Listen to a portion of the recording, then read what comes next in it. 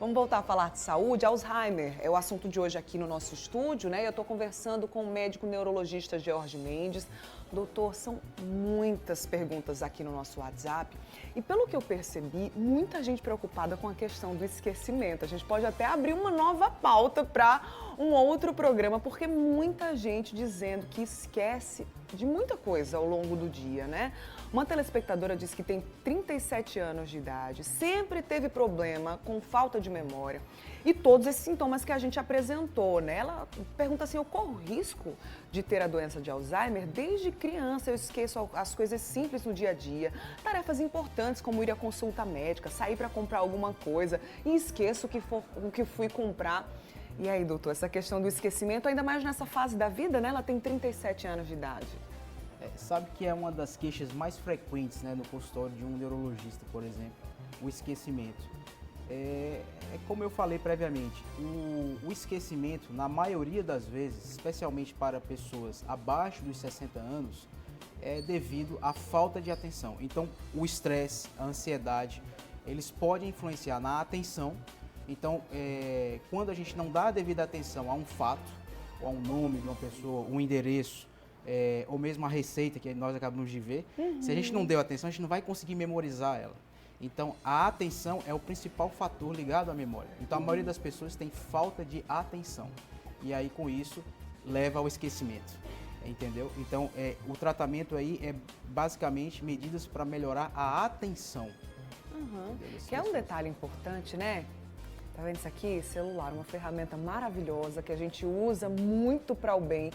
Mas quantos contatos hoje você tem aí, ó, memorizado? Antigamente a gente sabia o telefone de todo mundo, né? Então é uma coisa simples. Sabia o telefone de pai, de mãe, de vó, do supermercado, de todo mundo. Hoje em dia, quantos celulares aí você tem memorizado, né? Então é uma questão até de exercício mesmo, Exato. Né?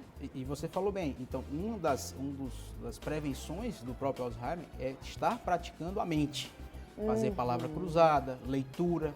Então, praticar a memória. Então, isso aí realmente é uma das medidas que nós falamos para prevenir o desenvolvimento de demência. Muito bem.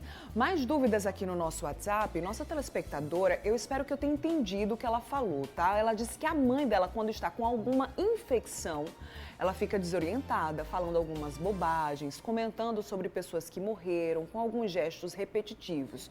Quando ela fica boa da infecção, tudo some, os sintomas todos vão embora. Isso pode ser indício de Alzheimer, doutor? Não, realmente pode estar relacionado à própria infecção.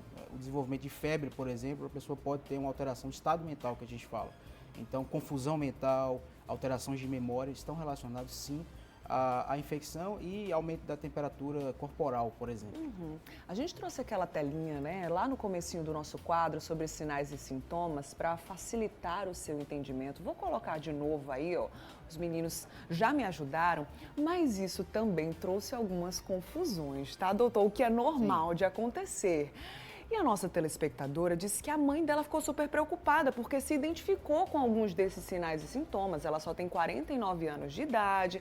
E ela disse que ficou assustada assistindo, acompanhando a gente lá no Rio de Janeiro, né? Através do nosso canal no YouTube. Obrigada pela sua participação. O que a gente pode falar para essa turma que ficou preocupada aí com esses sinais e sintomas? O que é que deve ser feito, doutor? Um conjunto de sinais e sintomas que está presente aí, ele se adequa à clínica se a pessoa estiver na faixa etária. Ok. Então, ou seja, acima de 65 anos, que a gente fala de uma maneira global. Então, abaixo disso, realmente raríssimos são os casos de desenvolvimento de demência de Alzheimer precoce.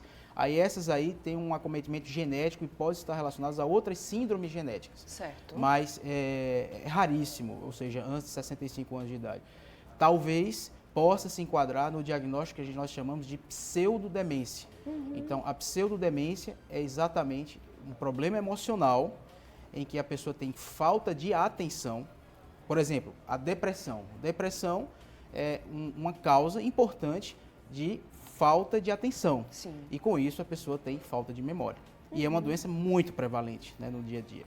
Exatamente, né? Então, para deixar vocês mais tranquilos também, mas independente disso, buscar ajuda especializada, né, doutor? Tem aí, eu me identifiquei, o que é que eu vou fazer? Buscar ajuda, né? E falando sobre isso, qual é a forma de diagnóstico? Existe um exame preciso que diagnostica o Alzheimer? O diagnóstico de Alzheimer é eminentemente clínico. Então, sinais e sintomas, faixa etária. Existem exames que nós fazemos atualmente para confirmação. PET scan alguns casos existe a necessidade da coleta do líquor, né, que é o líquido que envolve o cérebro. Com essa pesquisa nós temos o diagnóstico clínico associado à imagem e ao diagnóstico licórico. A gente separou até uma telinha, né, com uma ilustração mostrando aí a questão do cérebro, né, para que a gente possa ver aí na tela. Queria que você explicasse para a gente, doutor, ali do lado esquerdo da tela, um cérebro considerado normal e do lado direito da tela, um cérebro de um paciente diagnosticado com Alzheimer. O que é que muda? Exatamente. Então, você pode constatar do lado esquerdo que o cérebro está túrgido, né? Ele está repleto. Do lado direito, você percebe especialmente ali embaixo, no quadrante inferior, que a gente chama de lobo temporal. É o primeiro lobo que é atingido, né, pela demência de Alzheimer, e é exatamente isso que acontece. Então, existe um depósito de proteínas nessa conexão entre os neurônios, e aí os neurônios passam a parar de transmitir as sinapses, né, a conexão entre eles, as informações, e aí aquele cérebro envolvido, inicialmente, ele começa a atrofiar. Então, o que você percebe claramente é que do lado direito é um cérebro atrófico, e do lado esquerdo é um cérebro normal, túrgido. Então essa é uma das diferenças e aí a gente percebe isso através de exames de imagem, sim.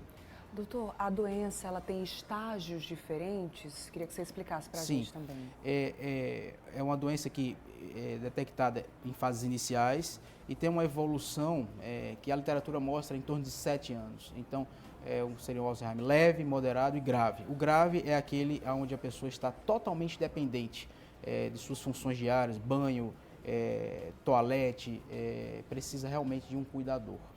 Esse é o estágio grave da doença de Alzheimer. A gente falou aqui, né, sobre sinais e sintomas, sobre a importância do diagnóstico, formas de prevenção também.